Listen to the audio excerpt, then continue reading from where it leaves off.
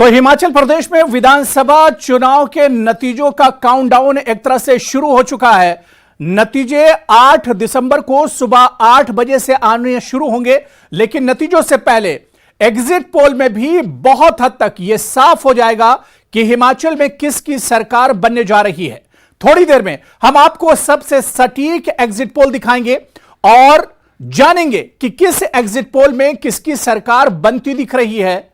जनता ने रिवाज कायम रखा है या इस बार रिवाज बदलने वाला है, या फिर आंकड़े कुछ और कह रहे हैं। आज इस विषय पर हमसे बातचीत करने के लिए हमारे साथ बीजेपी और कांग्रेस के प्रवक्ता भी मौजूद होंगे। हम एग्जिट पोल के अलावा लोगों की राय भी जानेंगे, लेकिन उससे पहले यह जान लेते हैं कि हिमाचल प्रदेश के विधानसभा चुनाव की बड़ी बातें आखिर क्या कुछ थी, किन मुद्दों पर यह चुनाव लड़ा गया था और क्यों हिमाचल के नतीजों पर हर किसी की नजर बनी हुई है।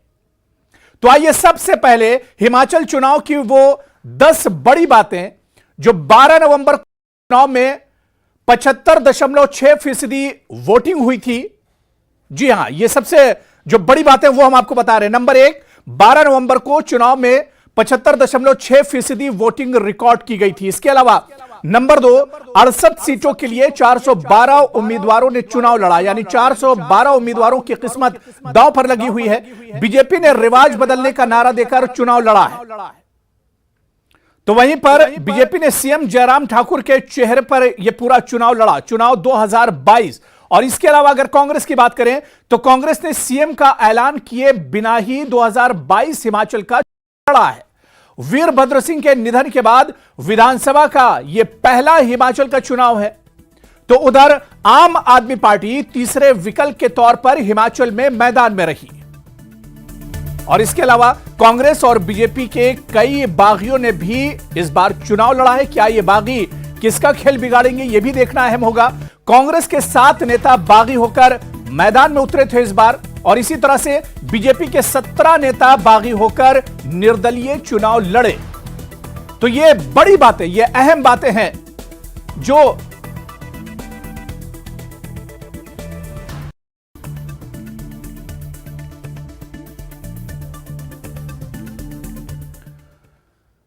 तो चलिए, जैसे ही एग्जिट पोल्स आना शुरू होंगे, यानी एग्जिट पोल के नतीजे आना शुरू होंगे, उस पर भी हम चर्चा करेंगे। लेकिन एग्जिट पोल के नतीजों से पहले आइए सीधे इस वक्त हमारे साथ बीजेपी के स्पोक्सपर्सन पुनीत शर्मा इस वक्त हमारे साथ जुड़े हुए हैं।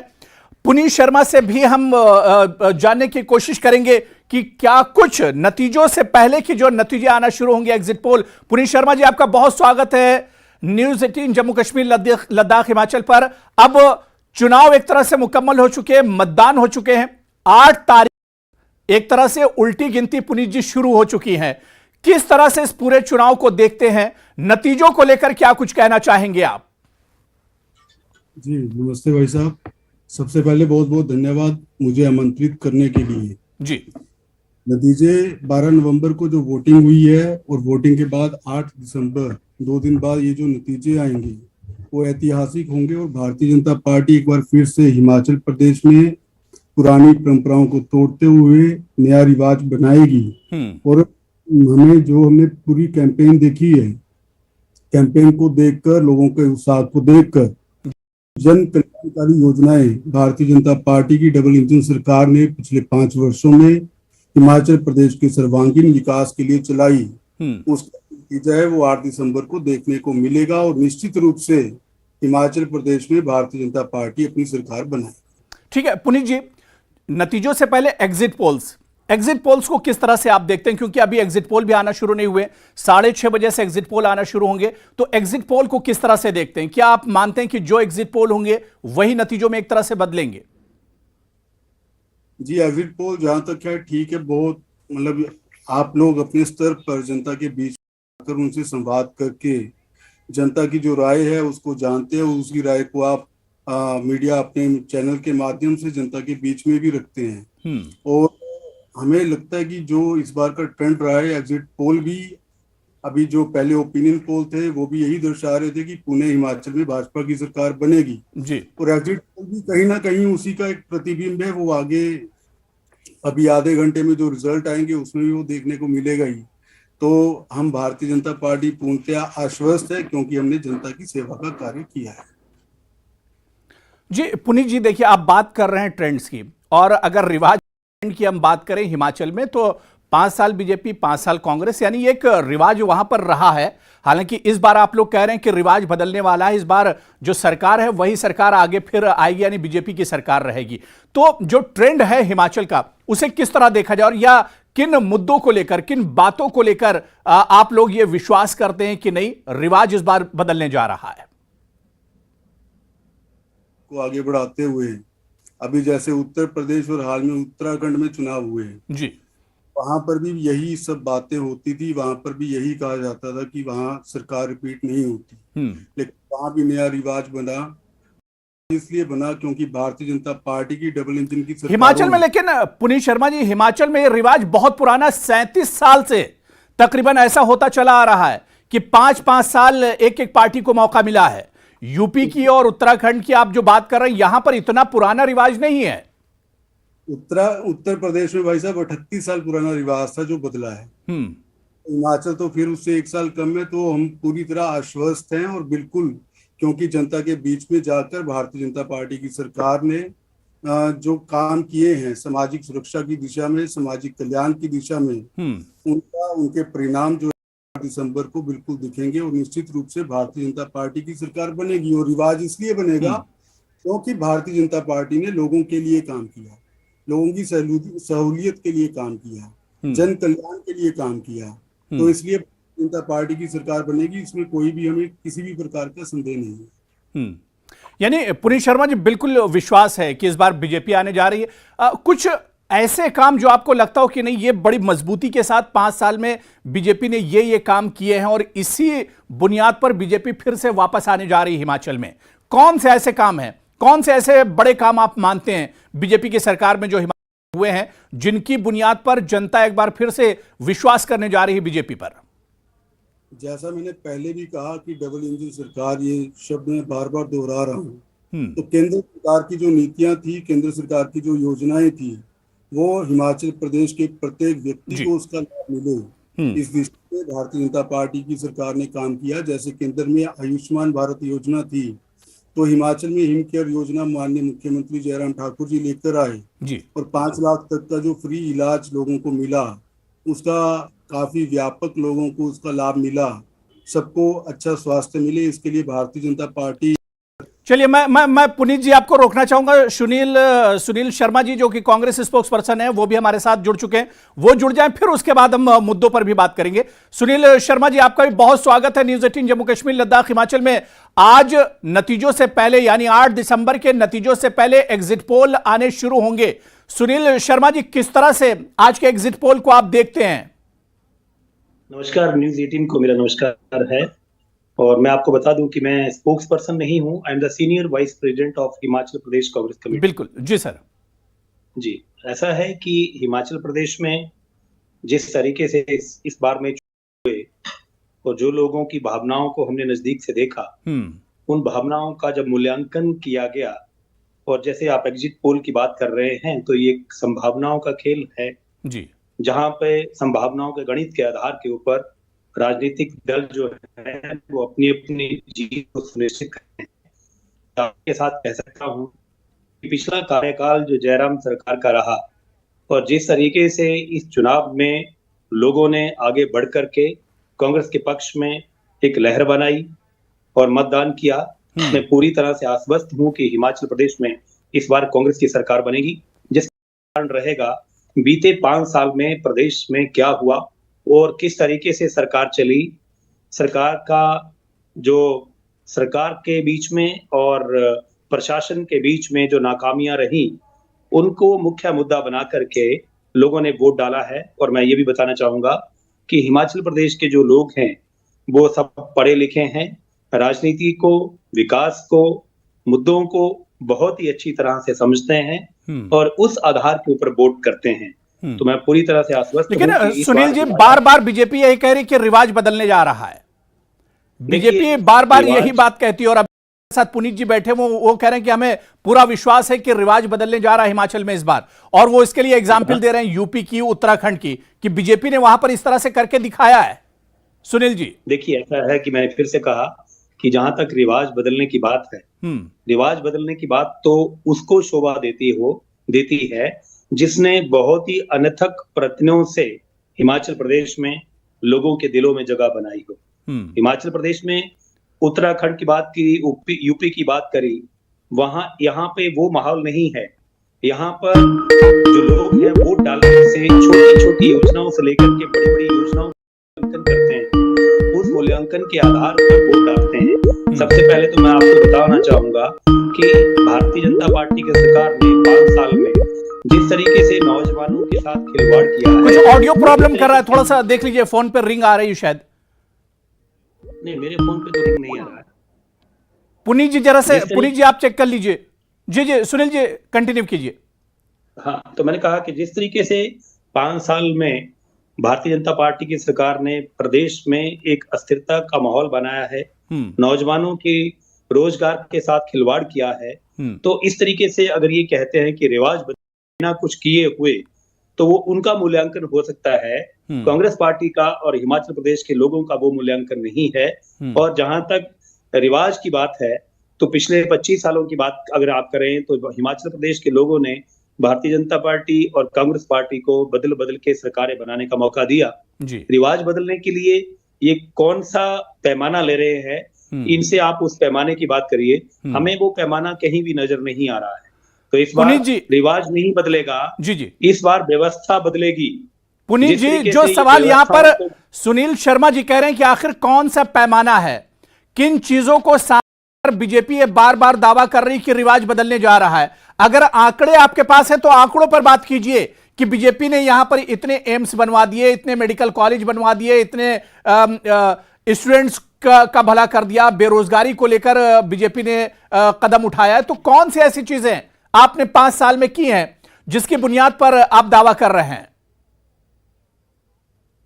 में साथ ही उत्तर भी आपके प्रश्न के साथ ही भारतीय जनता पार्टी की सरकार ने जिन योजनाओं का शिलान्यास किया, उनका उद्घाटन भी किया, और उसका सबसे बड़ा एग्जाम्पल यही है एम्स। हिमाचल जैसा पर्वतीय राज्य, वहां पर उसका खुलना 5 साल पहले अक्टूबर के महीने में ही माननीय मोदी जी ने उसका शिलान्यास किया, और इस साल भी उसका उद्घाटन किया। तो वो जन सेवा के लिए समर्पित है। उसके साथ IIT, IIM, तो ये सब जो संस्थान है, युवाओं को बेहतर शिक्षा मिले, उसके लिए भी भारतीय जनता पार्टी ने काम किया। जहां तक इंफ्रास्ट्रक्चर की भी बात है, तो उसमें आप देख रहे होंगे 4 लेन है, बनुक्की बिलासपुर रेल लाइन है। कांग्रेस की सरकार ने हमेशा से हिमाचल प्रदेश में विकास कार्यों को अटकाया, लटकाया और भटकाया, जिसका सबसे बड़ा एग्जाम्पल है रेणुका डैम। इतने वर्ष से वो डैम पेंडिंग था, तो कांग्रेस की सरकार हिमाचल में रही, उसको क्यों नहीं पूरा कर पाई। लेकिन भारतीय पार्टी की सरकार ने, माननीय प्रधानमंत्री नरेंद्र मोदी जी ने उसको शुरू भी करवाया। उसके साथ साथ हिमाचल जैसा पर्वतीय राज्य, क्या कभी किसी ने सोचा था कि देश की जो चौथी वंदे भारत एक्सप्रेस है वो हिमाचल प्रदेश से चलेगी। तो ऐसी वो सौगात भी दी। इसके साथ साथ हमारे जो बुजुर्ग थे, उनकी जो बुजुर्ग पेंशन थी 80 से घटाकर उनकी आयु सीमा जो है 60 वर्ष की गई। मुख्यमंत्री सहारा योजना थी, मुख्यमंत्री सहारा योजना में जो अक्षम थे उन सब के लिए प्रदेश सरकार ने प्रतिमाह 3,000 रुपए देने शुरू किए। तो ऐसा आज तक ये भी तो नया ही रिवाज बना ना, ऐसा पहले कभी क्यों नहीं कर पाई। तो कांग्रेस बातें तो कर सकती है, दिन में सपने देख सकती है, इनको पूरा हक है, इनको कोई मना नहीं कर रहा। लेकिन जब हम जमीनी हकीकत की बात करते हैं, तो जमीनी स्तर पर जो कार्य हुए, उस कार्यों के आधार पर हम बिल्कुल ये बोल सकते हैं। इन्होंने बात की बेरोजगारी की, तो शायद इनके ध्यान में नहीं होगा कि मुख्यमंत्री स्वावलंबन योजना हिमाचल प्रदेश में शुरू हुई, जिसमें युवाओं ने स्टार्टअप अपने स्टार्ट किए, और उसके साथ बहुत सारे युवाओं को स्वरोजगार के अवसर मिले। चलिए, तो ठीक है पुनीत जी जो बता रहे हैं, सुनील शर्मा जी, क्या इस पे विश्वास किया जा सकता है जो आंकड़े गिना रहे हैं, चाहे वो रोड हो, चाहे वो मेडिकल कॉलेजेस को लेकर हो, स्टूडेंट्स को लेकर हो, बेरोजगारी को लेकर हो, जो आंकड़े बीजेपी यहां पर गिना रही है, क्या इस पे विश्वास किया जाए? जमीन पर दिख रहे हैं ये? जैसे शिक्षण संस्थानों की इन्होंने बात की है, तो मैं जहां से आपसे मुखातिब हूं, मैं हमीरपुर जिला से हूं। हमीरपुर जिला में मेडिकल कॉलेज जो है वो कांग्रेस पार्टी की देन है। जब हिंदुस्तान में गुलाम नबी आजाद जी और प्रधानमंत्री मनमोहन सिंह जी थे, उस समय हम इस मेडिकल कॉलेज को लेकर के आए थे और उसके बाद आज वो मेडिकल कॉलेज बन रहा है।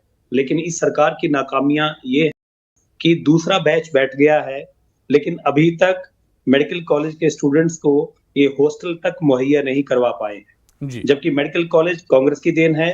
और इनकी नाकामियां ये हैं, बजट हम लेकर के आए थे उस समय मनमोहन सिंह जी के पास से, मेडिकल कॉलेज बन रहा है, लेकिन दूसरा बैच बैठ चुका है, बल्कि आई थिंक दूसरे बैच का फाइनल ईयर के एग्जाम्स भी होने वाले होंगे मार्च या अप्रैल में। लेकिन अभी तक इनसे एक छोटी सी सुविधा जो विद्यार्थियों के लिए सर्वप्रथम की जानी चाहिए, अभी तक हमीरपुर मेडिकल कॉलेज के विद्यार्थियों के लिए हॉस्टल तक तैयार नहीं हुआ है। तो ये ना जाने क्या करती है, और ऊपर से डबल इंजन की बात करती है। केंद्र सरकार में इनकी सरकार थी है बल्कि, और हिमाचल प्रदेश में भारतीय जनता पार्टी की सरकार थी, लेकिन उसके बावजूद भी शिक्षण संस्थानों को खोलना, उनके व्यवस्था को चलाना दो अलग पैमाने हैं। आंकड़ों का खेल, गणित का आंकड़ों का खेल, कागजों के ऊपर दर्शाना और जमीनी हकीकत को पहचानना और लोगों की सुविधाओं को मुहैया करवाना, नहीं, बिल्कुल अलग अलग बातें हैं। जमीन पर वो चीजें दिख रही है नहीं दिख रही है, चुनाव में जनता ने ये चीजें जरूर देखी होंगी। क्या काम हुआ है, क्या नहीं हुआ है, क्या वादे किए गए थे, कितने वादे पूरे हुए हैं, जनता को देखकर ही एक तरह से वोट किया होगा। मेरे साथ एक और बहुत खास मेहमान नरेंद्र रांटा जी भी मेरे साथ जुड़ चुके हैं, जो कि विशेषज्ञ हैं और इसके अलावा सीनियर जर्नलिस्ट भी हैं। रांटा जी, आपका भी बहुत स्वागत है न्यूज 18 जम्मू कश्मीर लद्दाख हिमाचल में। सर, अब रांटा जी, यहां से देखा जाए तो आज एग्जिट पोल अब से कुछ देर में आना शुरू होंगे और उसके बाद 8 तारीख को दूध का दूध और पानी का पानी हो जाएगा। नागेंद्र जी। हाँ जी, हाँ, अभी दोनों पार्टियां अपना अपना क्लेम कर रही हैं। कोई बोलता हम जीत रहे, बीजेपी बोल रही हम जीतेंगे, कांग्रेस बोल रही हम जीतेंगे। अच्छा, अब चार दिन की बात है, बिल्कुल, और 4 दिन के बाद जैसे आपने बोला था दूध का दूध पानी का पानी हो जाएगा, पर क्लेम करना बनता दोनों पार्टी का बनता है, क्योंकि इतने परिश्रम दोनों तरफ से हुआ है। बीजेपी ने भी खूब परिश्रम किया, कांग्रेस ने भी बहुत परिश्रम किया, 68 चुनाव क्षेत्र में है। और उधर से वोट जो यहाँ की हिमाचल प्रदेश के जो आपके वोटर हैं वो बड़े सचेत और बहुत ही एजुकेटेड, अवेयर और अलर्ट है। और यही कारण है कि यहाँ पे देखो आप, जो वोट परसेंटेज है 70, उस दिन भी लोग बोल रहे थे नेशनल मीडिया में भी, स्टेट मीडिया में भी कुछ लोग कहना था कि काफी कम है, क्योंकि पहले 65% इलेक्शन कमीशन की फर्स्ट रिपोर्ट आई थी कि 65% है। तो हमने इसी चैनल पे कहा था कि ये परसेंटेज आपकी पिछले से भी ज्यादा जाएगी, बिल्कुल, और परसेंटेज अल्टीमेटली 74.6 गई। और पोस्टल बैलेट अगर इसमें काउंट करें तो ये 76.6 जाती है, मतलब आप ये करीब 77 के आसपास जाती है। 77% वोट डालना डेमोक्रेसी के लिए एक बहुत पॉजिटिव साइन है। बिल्कुल, लोकतंत्र को मजबूत करने में लोगों ने बहुत बड़ा योगदान दिया और घर से भर भर कर आए। और ये आप मान सकते हैं कि लोगों ने समझकर वोट दिया होगा। महिलाएं वोटर में 2% ज्यादा था, महिलाओं का जो परसेंटेज है इसमें फीसदी महिला का रहा, वो ज्यादा रहा।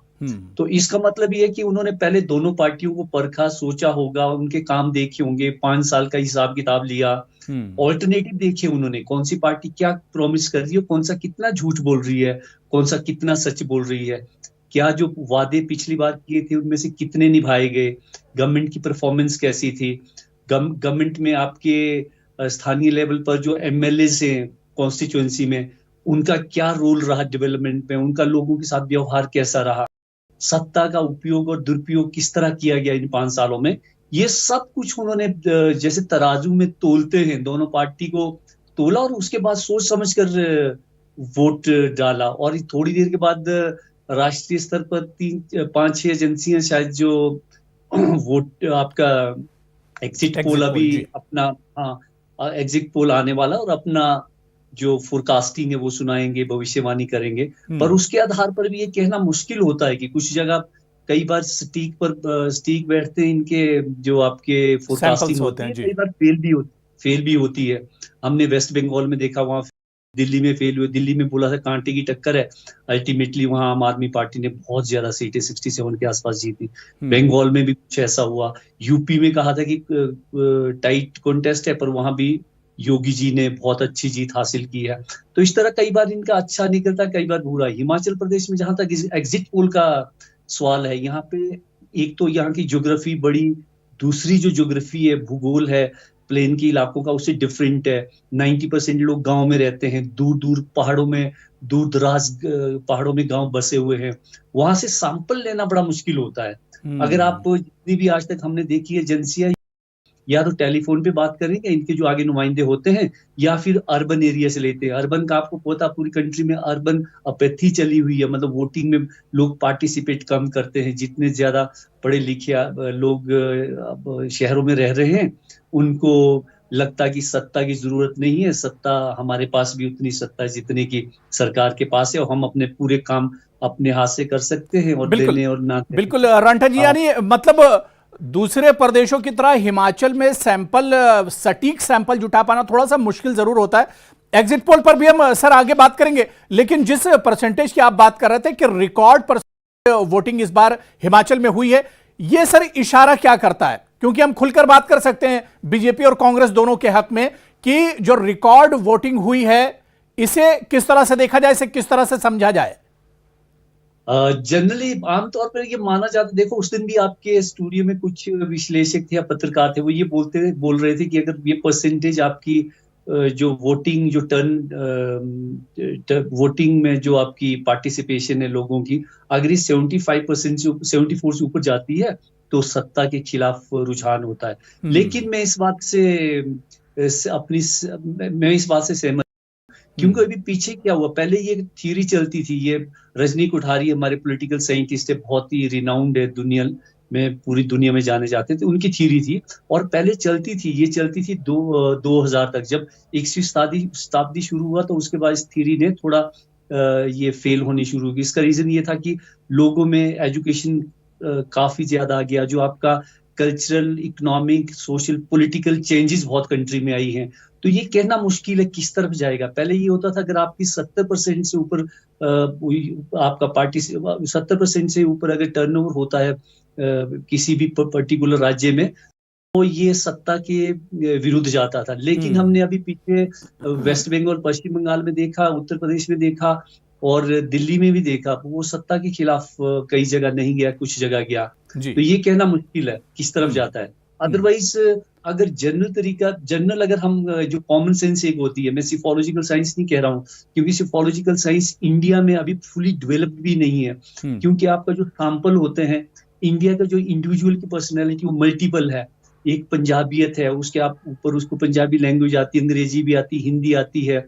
अगर वो पंजाब वाला सपोज दिल्ली में रहता तो दिल्ली में जाके उसकी जो पर्सनैलिटी पोजीशन वो डिफरेंट होता है।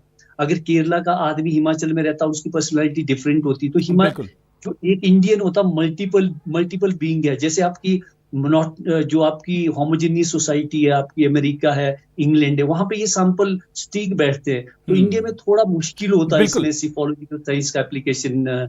बिल्कुल, लेकिन अनुमान यही लगाया जाता है कि अगर ज्यादा पोलिंग हुई, पोलिंग परसेंटेज ज्यादा है, तो ये सत्ता के अगेंस्ट एक तरह से जाता है।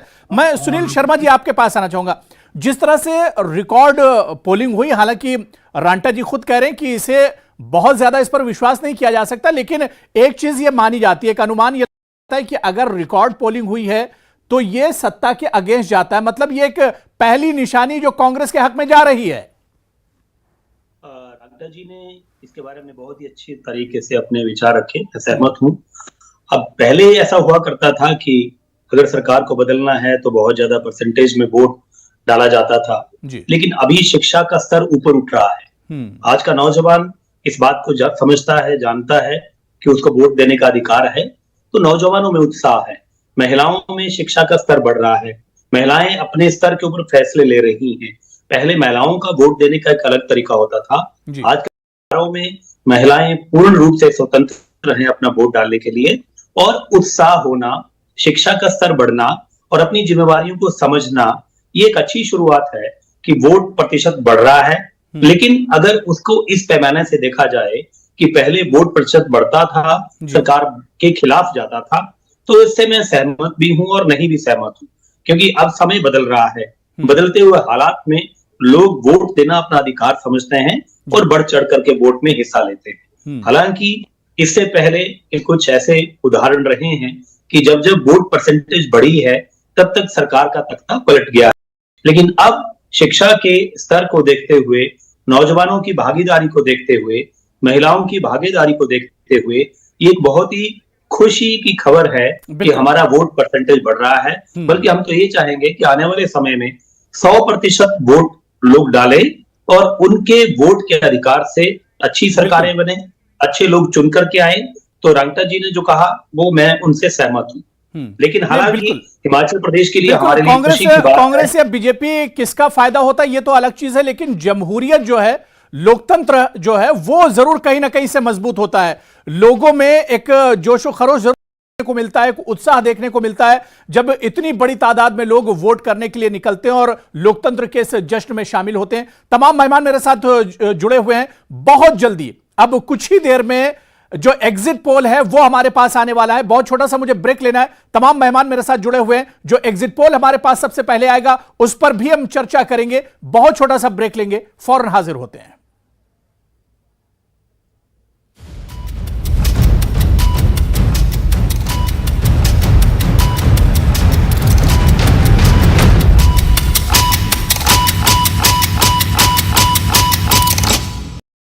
News Network, News 18 Network.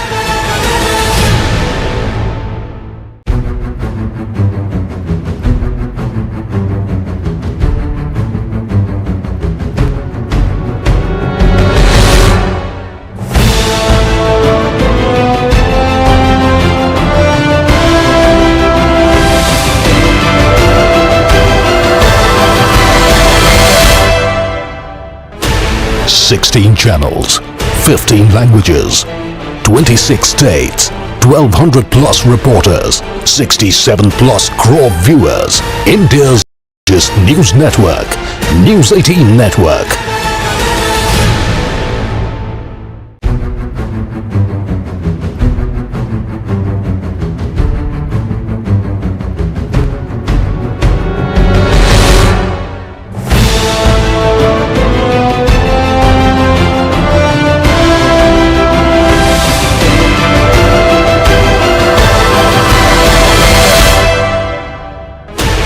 Sixteen channels, 15 languages, 26 states, 1200 plus reporters, 60.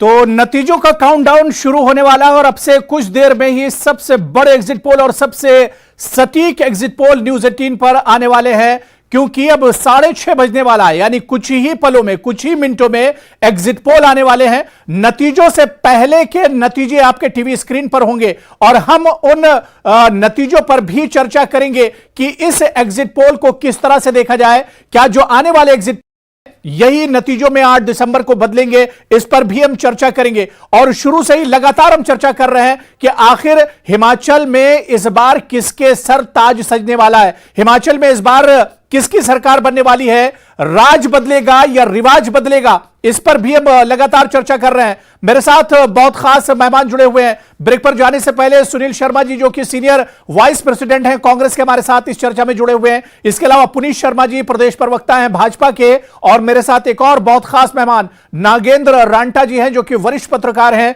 वो भी इस चर्चा में जुड़े हुए हैं। तो मैं पुनीत शर्मा जी आपके ब्रेक के बाद आना चाहूंगा, क्योंकि जो रिकॉर्ड पोलिंग हुई है इस बार, वो कहीं ना कहीं एक अनुमान लगाया जाता है। हालांकि बहुत ज्यादा इस पर विश्वास नहीं किया जा सकता, लेकिन एक अनुमान लगाया जाता है कि सत्ता के खिलाफ होती है अगर पोलिंग ज्यादा होती है।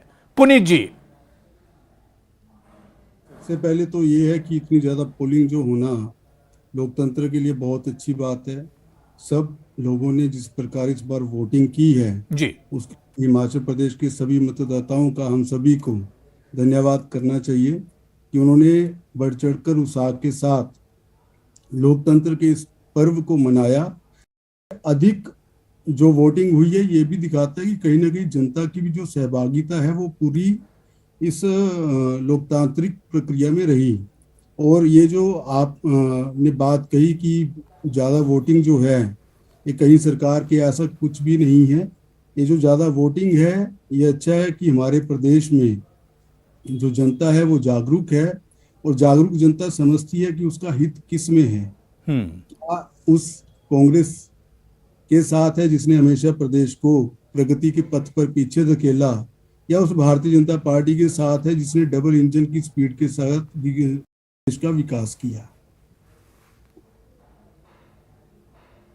बिल्कुल, मैं नागेंद्र रांठा जी आपके पास आना चाहूंगा, क्योंकि अब से बस कुछ ही देर में सर एग्जिट पोल आना शुरू होंगे और एग्जिट पोल कहीं ना कहीं एक तरह से इशारा करेंगे कि 8 दिसंबर को नतीजे किस तरह के आने वाले हैं। सर, एग्जिट पोल के सैंपल की हम बात कर रहे थे कि किस तरह से सैंपल लिए जाते हैं और कितने सटीक ये एग्जिट पोल्स होते हैं। हालांकि कई चुनाव में हमने देखा, पास्ट के चुनाव में, जहां पर एग्जिट पोल बहुत सटीक भी होते हैं और बहुत जगह हमने देखा, बहुत से चुनाव में देखा कि एग्जिट पोल फेल हो जाते हैं। हाँ, अब इसमें यही जो हम पहले भी बात कर रहे थे कि जो आप सैंपल लेते हैं उसमें जैसे हिमाचल प्रदेश की बात करते हैं, एक तरफ चंबा है, एक तरफ डोडरा क्वार शिमला डिस्ट्रिक्ट में है, तो दोनों एक दूसरे से इतने दूर हैं। जैसे आप दिल्ली से कलकत्ता पहुंच जाते हैं पर डोडरा क्वार से आप चंबा नहीं पहुंचते, इतना समय लगता है। ज्योग्राफिकल डिस्टेंस कम है पर पहाड़ों में वक्त बहुत ज्यादा लगता है। और डोडरा क्वार से अगर आपने चंबा पहुंचना तो आप दूसरे दिन पहुंचेंगे, एक दिन में नहीं पहुंच सकते हैं। तो अब वहां जो कास्ट कॉम्पोजिशन है, ज्योग्राफिकल, अब सपोज हमने पीछे एक एजेंसी ने स्टडी की थी कि एक महिला शिलाई और उसमें चंबा के सुलूनी इलाके की महिलाओं पर स्टडी की, वो गरीब महिला, विडो है, शेड्यूल कास्ट की है, तो ये सबसे ज्यादा चौतरफा इन पर प्रेशर पड़ता है, ये चारों तरफ से इनका शोषण होता है। तो जो उसकी मानसिकता होगी, अगर वो सैंपल में एक इस तरह की महिला लेते हैं तो अगर उससे पूछेंगे वो अपना माइंड बिल्कुल कभी नहीं बताएगी, या वो डरेगी या वो शाय फील करेगी। उसी तरह अब आपका कोई ब्राह्मण कास्ट का होगा, क्लास कौन सी है उसकी, ब्राह्मण में गरीब, वो भी अपना शायद वोट किसको दिया ये बताना मुनासिब नहीं समझेगा। तो इस तरह के बहुत सारी डाइवर्सिटी, ज्योग्राफिकल डाइवर्सिटी है, पॉलिटिकल है, सोशियोलॉजिकल है, साइकोलॉजिकल है। हाँ, अगर आपने जो सैंपल है, अगर उसको आगे जो सिफोलॉजिकल साइंस के जो आपने सैंपल जो लेने हैं और उसको लागू करने वाली जो आपकी टीम है, अगर वो सही तरीके से जाते हैं और उनके पास सारे जो उनके पास क्वेश्चनियर बने हैं उसको सही भरते हैं, तो आपका 80-90% ये सही बैठता है। पर आपको पता कितना मुश्किल है ये काम करना, कितना मुश्किल है। पास्ट में हमने देखा 2017 में कुछ से आपकी 5 एजेंसीज होंगी, तो 5 एजेंसी के जो नंबर होंगे, फिगर, वो कभी मिलेंगे नहीं। कोई 37-38 बोलेगा, कोई 50 बोलेगा, कोई 47 बोलेगा, कोई फिर बैंड दे देगा 32 से लेकर 40 तक इस पार्टी को है, 52 से लेकर 60 तक इस पार्टी को है। तो कई बार उल्टा होता है, जिस पार्टी को आपने हराया वो जीत जाती है, जो जिसको जीता वो हार जाती है। तो ये डिपेंड करता है, ये जैसे ज्योतिष शास्त्र है, शास्त्र नहीं कहेंगे इसको, पैरा साइंस बोलते हैं हम ज्योतिष को, तो ये भी अभी पैरा साइंस है, सिफोलॉजी फुली डेवलप्ड साइंस नहीं है इंडिया में अभी। इसको अभी वक्त लगेगा, हो सकता है आगे 2-3 डिकेड के बाद उस मुकाम पर जहां पर ये लोगों के मन की बात या वोटर के मन की बात जान सकते हैं, जान पाएंगे।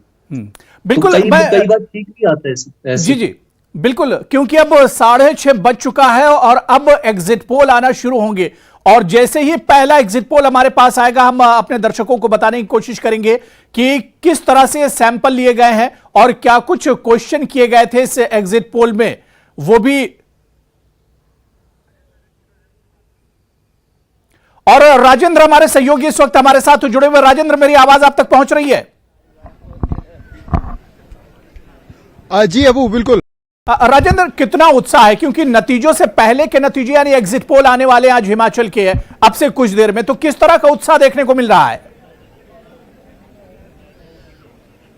बिल्कुल लोगों में उत्साह है। 5 साल में एक बार चुनाव होते हैं और हिमाचल की जनता क्योंकि साक्षर जनता है, यहाँ पे जो साक्षरता प्रतिशत है वो बहुत बेहतर है। ऐसे में लोग पार्टिसिपेट करते हैं डायरेक्टली भी और इनडायरेक्टली भी, लोगों का इंटरेस्ट रहता है। कुछ युवा इस वक्त हमारे साथ हैं, इनसे हम बात करने की कोशिश करेंगे। रिज मैदान पर मौजूद है। अब आज एग्जिट पोल आ रहे हैं अलग अलग, अब क्या है जनता का एग्जिट पोल, क्या है आपकी राय में? अब क्या जो सरकार बननी चाहिए, क्या उसके चाहिए, किन चीजों पर उनको ध्यान देना चाहिए? शिक्षा, स्वास्थ्य, रोजगार के ऊपर हिमाचल की जनता ने वोट किया है और हिमाचल में जो विकास हुआ है पिछले 5 वर्षों में, चाहे एम्स की बात हो, स्वास्थ्य शिक्षा में, हिमाचल के अंदर इतने मेडिकल कॉलेज पहले नहीं थे, सड़कों का में सुधार हुआ है, तो हिमाचल की जनता ने रिवाज बदला है हिमाचल का।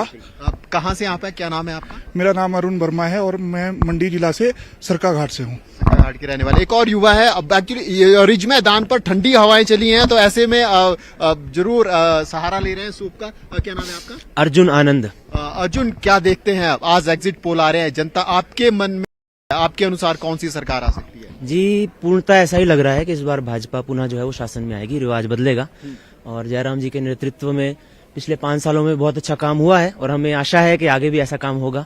और कांग्रेस से इतनी उम्मीद है भी नहीं क्योंकि लीडरशिप क्रंच भी है इस समय, तो हमें लगता है वो अंतः कला वाली सरकार हमको नहीं चाहिए। पूर्ण बहुमत से एक हमें स्ट्रांग नेतृत्व और स्ट्रांग सरकार चाहिए और वो आएगी इस बार। बिल्कुल, कुछ और युवा इनसे बात करने की कोशिश करेंगे। क्या नाम है आपका? प्रशांत कश्यप। प्रशांत, कहाँ से हो? मैं बिलासपुर का रहने वाला क्या लग रहा है इस बार एग्जिट पोल आ रहे हैं और 8 को नतीजे भी आएंगे, आपके मन में क्या है? आपके अनुसार कौन सी सरकार आ सकती है? मेरे अनुसार क्या जनता और प्रदेश युवाओं के अनुसार जो प्रदेश में जो पिछले 5 वर्ष जिस सरकार ने राज किया है वही सरकार दोबारा से सत्ता में आएगी और जिस तरह से प्रदेश के विकास के लिए उन्होंने काम किया है आने वाले 5 वर्षों में भी युवाओं के हित में, शिक्षा के क्षेत्र में, स्वास्थ्य के क्षेत्र में जो काम किए है वो आने वाली सरकार युवाओं के लिए भी करेगी। कोई ऐसा इशू जो आपको लग रहा है कि अगर सरकार जो आए वो इसके ऊपर ध्यान दे, इस काम को फोकस करे? आने वाले समय में सरकार को युवाओं के लिए रोजगार और जो कुछ सरकारी क्षेत्र में भर्तियां रुकी हुई थी, चाहे JOIT का मामला है, चाहे कॉलेज कैडर का मामला है, उसके लिए सरकार को आते ही उसके बारे में सोचना चाहिए। आपका क्या नाम है और आपके अनुसार आने वाली सरकार कैसी होनी चाहिए? डॉक्टर कुशल कौंडल, मैं हमीरपुर से आता हूं। जैसे अभी काफी युवा साथियों ने बोला कि हिमाचल के अंदर रिवाज बदलने जा रहा है और ऐसे लगता है कि बहुमत के साथ भाजपा की सरकार आएगी और एक राष्ट्रवादी माहौल जो पिछले 5 वर्षों में हिमाचल के अंदर देखने को मिला है, भ्रष्टाचार के ऊपर रोक, ऐसे काफी इश्यूज हिमाचल के अंदर रहते हैं। रोजगार के साथ युवाओं को जोड़ना, पर्यटन की दृष्टि से अगर हम इस हिमालयन के इस गोदी स्टेट को देखें तो ये काफी पर्यटन के रोजगार इसमें है। टूरिज्म बड़ा इंपॉर्टेंट पॉइंट है हिमाचल प्रदेश की दृष्टि से, लेकिन पिछली जो भी सरकारें रही हैं, चाहे भाजपा की चाहे कांग्रेस की, सरकार से फोकस नहीं किया गया, इंफ्रास्ट्रक्चर उस दृष्टि से डेवलप नहीं किया गया जिस दृष्टि से होना चाहिए था। तो आपको लगता नहीं कि अपार संभावना इस क्षेत्र में है? देखो, टूरिज्म का प्रोफेसर होने के नाते मैं आपको बताऊं कि टूरिज्म का हिमाचल के अंदर अपार संभावनाएं हैं और पिछले 5 सालों के अंदर काफी टूरिज्म के ऊपर इस सरकार ने काम किया है, भाजपा सरकार ने काफी काम किया है। जैसे अगर मैं आपको बताऊं, यहाँ पे रोपवे, धर्मशाला में ऐसे स्मार्ट सिटीज के अंदर कैसी डेवलपमेंट, इंफ्रास्ट्रक्चर डेवलपमेंट जो आपने बोला है, वो काफी बड़ा इशू भी रहा है। और इसको एज ए टूरिज्म के स्टूडेंट या टीचर के नाते मैं बताऊं तो हिमाचल के अंदर काफी रोजगार जो वो टूरिज्म क्षेत्र से जोड़ के हम देख सकते हैं और आने वाली सरकार को चाहिए कि वो काफी ज्यादा संभावनाओं के साथ टूरिज्म सेक्टर ज्यादा वाइड करे। हॉस्पिटैलिटी के अंदर राजेंद्र, दोबारा से आपके पास आता हूं मैं। पुनीत जी, आपके पास आना चाहूंगा। आप मुस्कुरा रहे हैं क्योंकि जितने युवाओं ने अभी न्यूज 18 के साथ बात की है उन्होंने इशारा किया है बीजेपी की तरफ कि बीजेपी की सरकार दोबारा से आनी चाहिए या वही सरकार एक तरह से दोबारा से आ रही है। आप मुस्कुरा रहे हैं, हालांकि ये बहुत छोटा सा सैंपल है, 2-4 युवाओं से बात की है वहां पर न्यूज 18 ने।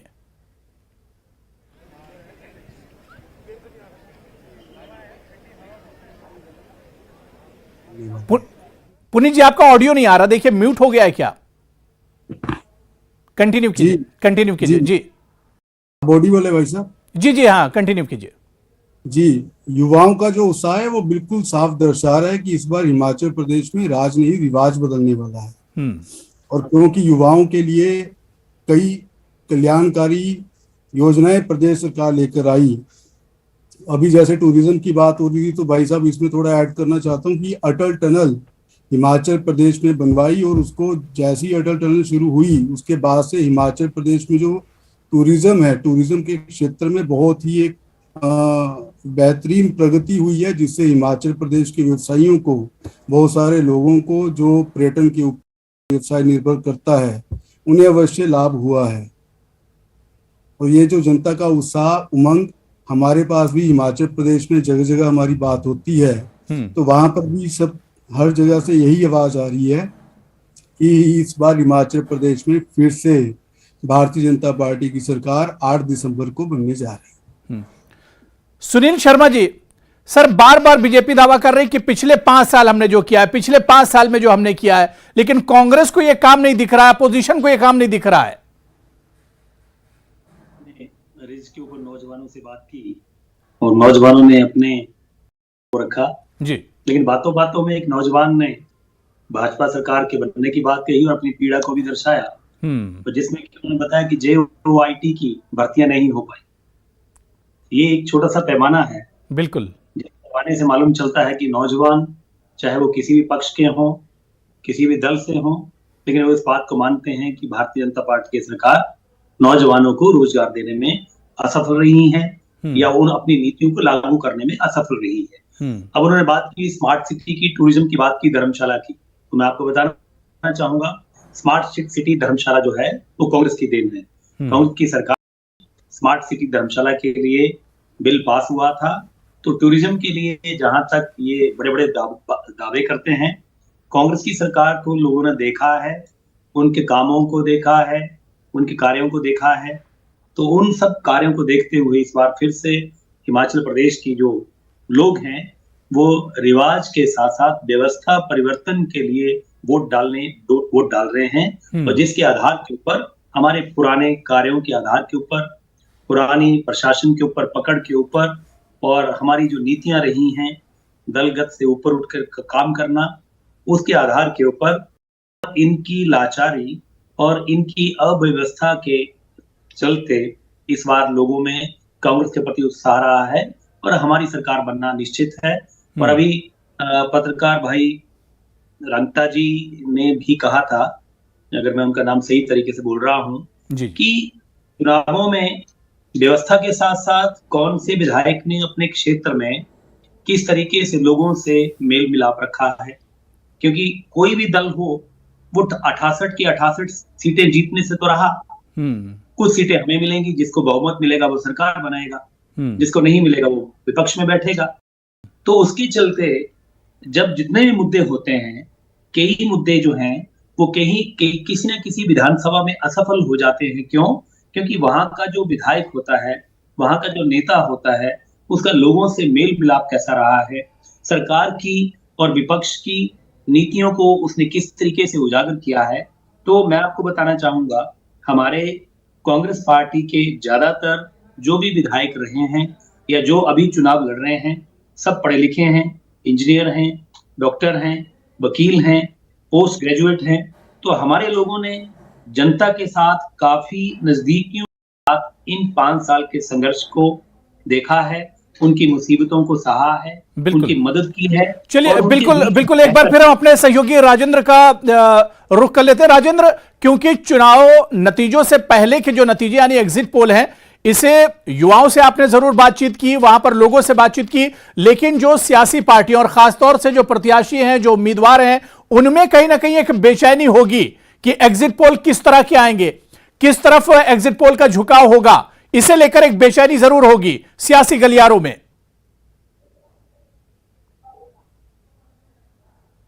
बिल्कुल, युवाओं समूह था यहाँ पर खड़ा हुआ, चाय पी रहा था, तो उनसे हमने ये उनकी राय जानी है।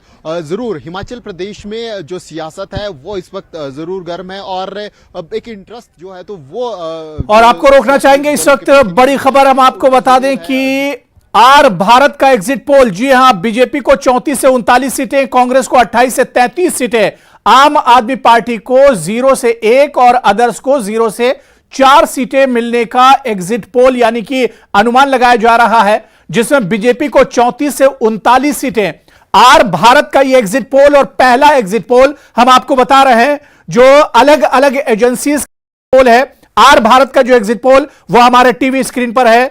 हम आपको बता दें कि और न्यूज 18 का एग्जिट पोल भी आपके सामने इस वक्त। न्यूज 18 इंडिया का एग्जिट पोल, बीजेपी को 36 सीटें, कांग्रेस को 30 सीटें, आम आदमी पार्टी 0 और अदर्स को 2 सीटें मिलने का अनुमान लगाया जा रहा है एग्जिट पोल में। तो न्यूज 18 इंडिया का एग्जिट पोल आपके टीवी स्क्रीन पर है, जिसमें बीजेपी को 36 सीटें, यानी एग्जिट पोल में बीजेपी की सरकार बनती।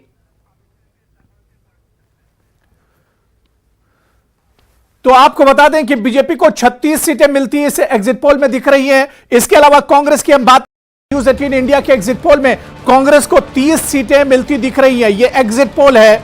हालांकि हम आपको बता दें कि इसके अलावा आम आदमी पार्टी की बात करें, जिसका जोर इस बार दिख रहा था, हिमाचल में 0 सीटें, यानी उसका खाता खुलता नहीं दिख रहा है, और अदर्स को 0 से 4 सीटें, 0 से 2 सीटें, यानी 2 सीटें अदर्स को भी मिल सकती हैं। यानी सीधे सीधे न्यूज 18 इंडिया का जो एग्जिट पोल है वो दर्शाता है कि कांग्रेस और बीजेपी के बीच में ही एक तरह से सीधे सीधे ये टक्कर है। लेकिन न्यूज 18 इंडिया का जो एग्जिट पोल है वो बताता है कि बीजेपी एक बार फिर से सत्ता में वापसी कर रही है। 36 सीटें बीजेपी के इस एग्जिट पोल में आती हुई दिख रही है, लेकिन कांग्रेस भी बहुत ज्यादा पीछे नहीं है। कांग्रेस को इस एग्जिट पोल में 30 सीटें आती हुई दिख रही हैं।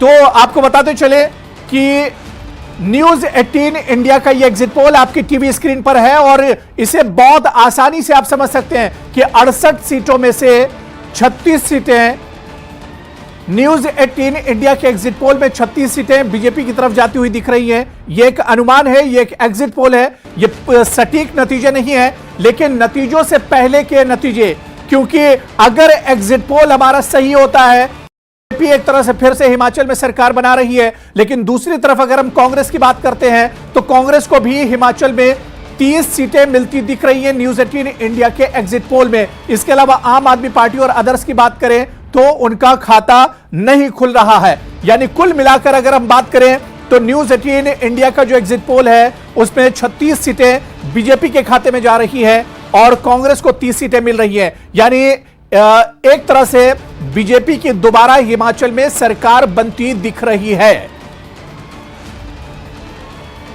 तो हिमाचल के कुछ 38 सीटें जिसके नतीजे आएंगे 8 दिसंबर के नतीजों से पहले के नतीजे, यानी एग्जिट पोल और न्यूज 18 इंडिया का एग्जिट पोल, जिसमें बीजेपी को 36 सीटें मिलती दिख रही है और न्यूज 18 इंडिया ने अपने एग्जिट पोल में कांग्रेस को 30 सीटें दी हैं। तो इसके अलावा यह भी हम आपको बताएंगे कि आखिर जो सैंपल लिया गया था, जो सवाल इस सर्वे में किए गए थे, वो क्या कुछ थे। लेकिन लगातार हम आपको अपने टीवी स्क्रीन पर दिखाने की कोशिश कर रहे हैं कि किस तरह से बीजेपी के खाते में, यहां पर आप देख सकते हैं कि बीजेपी के खाते में 36 सीटें। जी हां, ये न्यूज 18 इंडिया का एग्जिट पोल है। बीजेपी के खाते में 36 सीटें और इसके अलावा न्यूज 18 इंडिया का जो एग्जिट पोल है वो कांग्रेस को 30 सीटें दे रहा है। यानी कुल मिलाकर जो लड़ाई हिमाचल की है वो सीधे सीधे बीजेपी और कांग्रेस के दरमियान में है, जिसे लगातार हम आपको बताते रहे हैं कि हिमाचल की लड़ाई 2022 की जो लड़ाई है विधानसभा की, वो सीधे सीधे बीजेपी और कांग्रेस के ही दरमियान है। और एग्जिट पोल में भी वो तस्वीर एक तरह से साफ दिख रही है। न्यूज 18 इंडिया का एग्जिट पोल आपके टीवी स्क्रीन पर है, जिसमें आप देख सकते हैं कि बीजेपी को, न्यूज 18 इंडिया ने अपने एग्जिट पोल में बीजेपी को 36 सीटें दी हैं और इसके अलावा कांग्रेस को 30 सीटें न्यूज इंडिया के एग्जिट पोल में मिलती दिख रही है। यानी सीधा मुकाबला बीजेपी और कांग्रेस के बीच में, लेकिन न्यूज 18 इंडिया के एग्जिट पोल में एक तरह से बीजेपी की सरकार बनती दिख रही है। 68 सीटों में से 36 सीटें, यानी आधी से ज्यादा सीटें जो जिससे बहुमत प्राप्त हो रहा है, जिससे अक्सरियत साबित हो रही बीजेपी की, 36 सीटें बीजेपी के हक में जाती दिख रही है। हालांकि यह अभी नतीजे नहीं है, नतीजों से पहले के नतीजे यानी एग्जिट पोल है।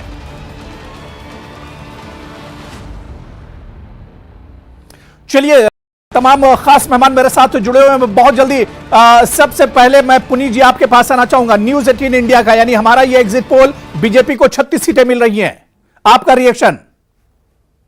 जी भाई साहब, जैसे पहले भी बोल रहा था कि एग्जिट पोल भाजपा की जीत की ओर इशारा मात्र नहीं, यह मोदी जी के कुशल निर्देशन एवं जयराम जी के कुशल नेतृत्व का करिश्मा है। और जैसा हम बार बार बोल ही रहे थे कि इस बार राज नहीं रिवाज बदलने वाला है। ओपिनियन पोल से लेकर अब एग्जिट पोल हमारे पक्ष में आना ये बताता है कि जनता ने कांग्रेस शासन को नकारा है। विपक्ष के नेता जो चुनाव के बाद बार में हाजिरी लगाने लगे थे वो क्या करेंगे ये वही जाने। चलिए ठीक है, मैं सुनील शर्मा जी, क्योंकि अभी ये एग्जिट पोल है, ये बाकायदा नतीजा नहीं है, पहला आपका रिएक्शन 36 सीटें यहां पर न्यूज 18 इंडिया ने दी है बीजेपी को और 30 सीटें कांग्रेस के खाते में आती दिख रही हैं। न्यूज 18 का जो एग्जिट पोल है ये संभावनाओं का खेल है जी, मैं इससे वास्ता नहीं रखता हूं। और लेकिन एनीवे जो आपका अपना तरीका है काम करने का, उस तरीके में जिस तरीके से भी आपने काम किया एग्जिट पोल में आपने भाजपा को बढ़त दिखाई, लेकिन हमने पे काम किया है, हमने लोगों की भावनाओं को देखा है। हालांकि आपने हमें 30 सीटें दी हैं, पर मैं फिर भी आपसे कहना चाहूंगा कि एग्जिट पोल जैसे आपने खुद भी माना, एग्जिट पोल कोई सही परिणाम नहीं कह सकते हैं। एक संभावनाओं का खेल है जिसमें आपने अपने तरीके से काम किया, आपका अपना तरीका है काम करने का, मैं उसकी बुराई नहीं कर रहा हूं, ना ही मैं उसके बात कर रहा हूं, पर मैं अपनी कांग्रेस पार्टी की बात कर रहा हूं। हमारी कांग्रेस पार्टी ने जिस एकजुटता के साथ, जिस सामूहिक नेतृत्व के साथ चुनाव लड़ा और लोगों के बीच में जाकर के हमने जो भावनाएं देखी, उसके मैं कह सकता हूं कि आपका एग्जिट पोल जो है वो 8 तारीख को जब नतीजे निकलेंगे तो आप हमें बधाई देंगे और हमारी सरकार कांग्रेस की बनेगी। और ये जो आपने 30 सीटें हमें बताया जी, मैं ये कह सकता हूँ कि हमें एक तरफा विक्ट्री मिलेगी। जो भी आपने 36 सीटें भाजपा को बताई हैं, इससे ज्यादा सीटें कांग्रेस को मिलेगी। सर कितना अनुमान लगाते हैं, क्योंकि जिस दिन नतीजे आएंगे आप भी होंगे हम भी होंगे, कितना अनुमान आप लगाकर चल रहे हैं? देखिए जो हमारा अनुमान है चुनाव जीतने का वो हम 42 से लेकर के 45 सीटों में कंफर्टेबल, 42 से 45 सीटें, यानी कांग्रेस का अनुमान यह कि 42 से 45 सीटें इस बार हिमाचल में आएंगी। मैं नागेंद्र रांटा जी आपके पास आना चाहूंगा। जाहिर सी बात है कि ये नतीजे नहीं है, लेकिन नतीजों से पहले के नतीजे हैं। ये 8 तारीख जो नतीजे वाले उसकी आने वाले नतीजे हैं उसकी तरफ एक इशारा जरूर करते हैं। नागेंद्र रांटा जी, आपका पहला रिएक्शन किस तरह से सर देखते हैं? 36 सीटें बीजेपी के हक में जा रही हैं इस एग्जिट पोल में और 30 सीटें कांग्रेस के हक में। जी हाँ, जैसे आपने 36 बीजेपी को कहा और कांग्रेस को 30 कहा, तो इसका मतलब बहुत टाइट कॉन्टेस्ट है। अगर टाइट कॉन्टेस्ट है तो इसमें कहना बहुत मुश्किल है। तो एग्जिट पोल पास भी हो सकता है, फेल भी हो सकता है। मैं एक एग्जांपल देता हूं आपको। हिमाचल प्रदेश कोई 17 से 18 सीटें ऐसी है जहां पे मार्जिन 1500 और 100 के बीच में रहता है। तो ये किसी दुनिया का कोई भी एग्जिट पोल नहीं है जो इसको दर्शा देगा, इसको माप पाएगा। नंबर 1। दूसरा, हिमाचल प्रदेश में बीजेपी और कांग्रेस के बीच में जो अगर इस तरह अगर आप एग्जिट पोल में होता कि एक पार्टी को मिल रही 45, दूसरी को मिल रही 20, तो ये एग्जिट पोल में हम कह सकते हैं कि गैप बहुत ज्यादा है और एक तरफा जैसा है, और उसके आधार पर हम ये कह सकते हैं कि एक पर्टिकुलर पार्टी को ये विनिंग मिल सकती है और दूसरी हार रही है। लेकिन जो जितना टाइट आपने शो किया, इसका मतलब एग्जिट पोल खुद ही कह रहा है कि 2 पार्टी के बीच में नेक एंड नेक कॉन्टेस्ट है। अगर नेक एंड नेक कॉन्टेस्ट है उसका मतलब 6 सीटों का डिफरेंस है।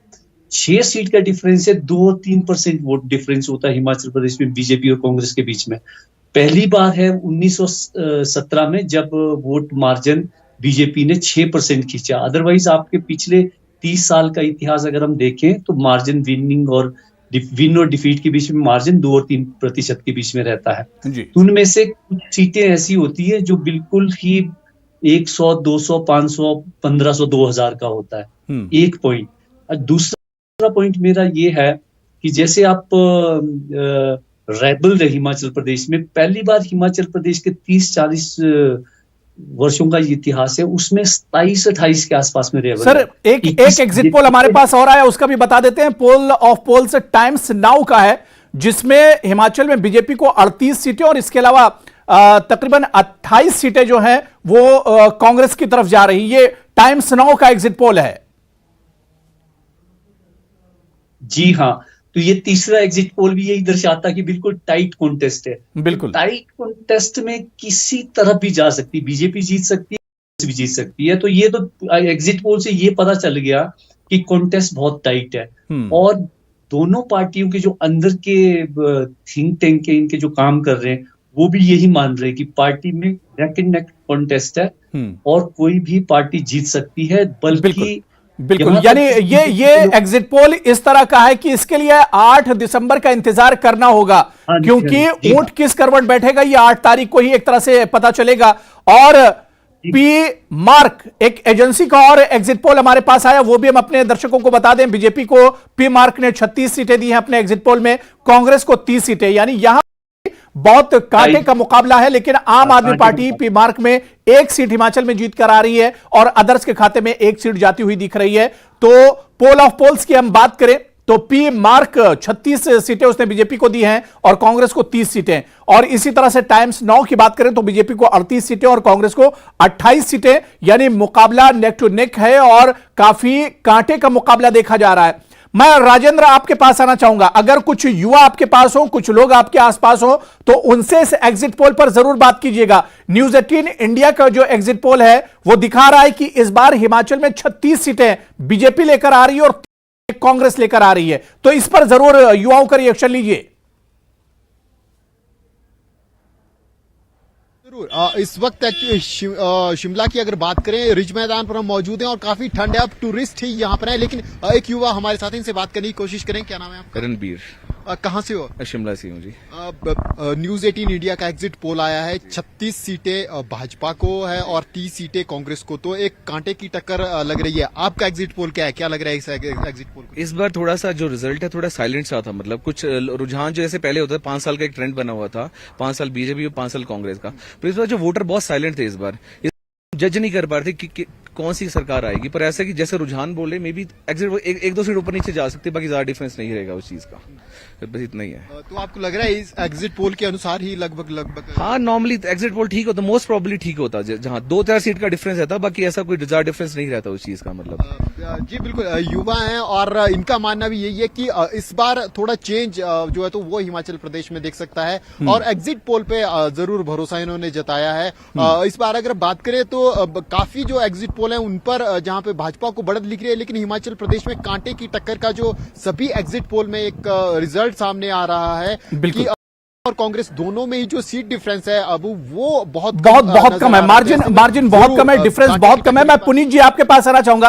पुनीत जी, जो बात यहां पर हमारे सहयोगी कर रहे हैं और रांटा जी जो बात कर रहे थे कि मुकाबला बहुत कांटे का नजर आ रहा है, आप देखिए कि ज्यादातर एजेंसियों ने या न्यूज 18 इंडिया का जो एग्जिट पोल है 36 सीटें एक तरफ और कांग्रेस को 30 सीटें, बीजेपी को 36 सीटें, मुकाबला मतलब बहुत टाइट एक तरह से नजर आ रहा है, बहुत कांटे का मुकाबला नजर आ रहा है इस एग्जिट पोल में।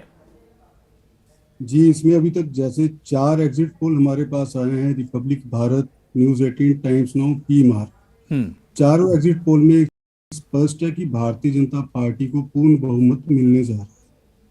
क्योंकि जैसे आप बात करें कि कांटे का मुकाबला है तो यहाँ पर कुछ प्लस माइनस हो सकता है, अगर किसी एक सर्वे में भी ऐसा होता तो बात और थी, लेकिन यहाँ क्लियर कट दिख रहा है कि भारतीय जनता पार्टी को फुल मेजोरिटी मिल रही है और पूर्ण बहुमत के साथ भारतीय जनता पार्टी सरकार बना रही है जी। इसका बहुत बड़ा कारण कहीं ना कहीं कांग्रेस का शीर्ष नेतृत्व भी, जहां पर उन्होंने जिस प्रकार अपनी जो यात्रा थी उसके आगे हिमाचल को तवज्जो नहीं दी, वैसे ही हिमाचल की प्रदेश की जनता ने उनको नकार कर उनको कड़ा जवाब दिया है। जी, मतलब जनता ने नकार दिया, ये आपको एग्जिट पोल में ही दिख रहा है। मैं सुनील जी आपके पास आना चाहूंगा। सुनील जी, मुकाबला बहुत टाइट नजर आ रहा है, रांटा जी ने जो तबसरा किया है इस पे तमाम चीजें बताई हैं, तो 30 सीटें और 36 सीटें, मतलब फर्क बहुत ज्यादा नहीं है। मैं इसीलिए आपसे कह रहा था, शुरू से मैंने कहा कि जैसे आपने फर्क की बात की और रांटा जी ने खुद कहा कि हिमाचल प्रदेश में कांटे की टक्कर में कुछ एक ऐसी सीटें हैं जहां पे 500, 1000, 2000, 1500 और 500 से नीचे भी पीछे कुछ ऐसी सीट्स हैं जो जीती गई हैं।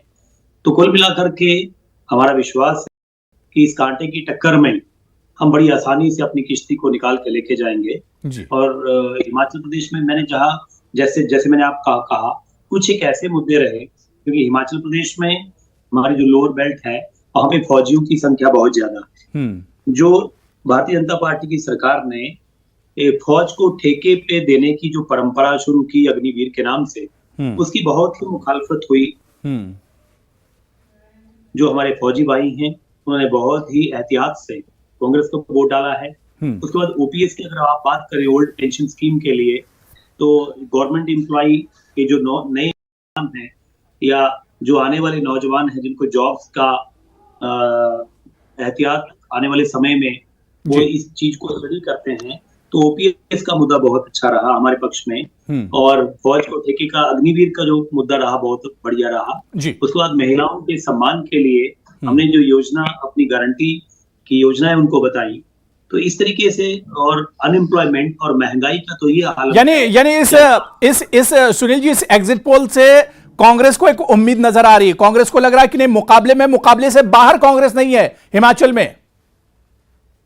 आपसे कहा हम बिल्कुल आश्वस्त हैं और बिल्कुल आप विश्वास के साथ। चलिए ठीक है, इसी पर हम चर्चा आगे भी जारी रखेंगे। और भी एजेंसियों के एग्जिट पोल हमारे पास आने वाले, न्यूज 18 इंडिया का भी एग्जिट पोल आने वाला है। क्या कुछ क्वेश्चन इस एग्जिट पोल में उठाए गए थे, इस सैंपल में लिए गए थे, उस पर भी हम चर्चा करेंगे। तमाम मेहमान मेरे साथ जुड़े हुए हैं। बहुत छोटा सा ब्रेक लेंगे, कहीं मत जाइए, क्योंकि अभी नतीजों से पहले के नतीजे यानी एग्जिट पोल लगातार हमारे पास आ रहे हैं।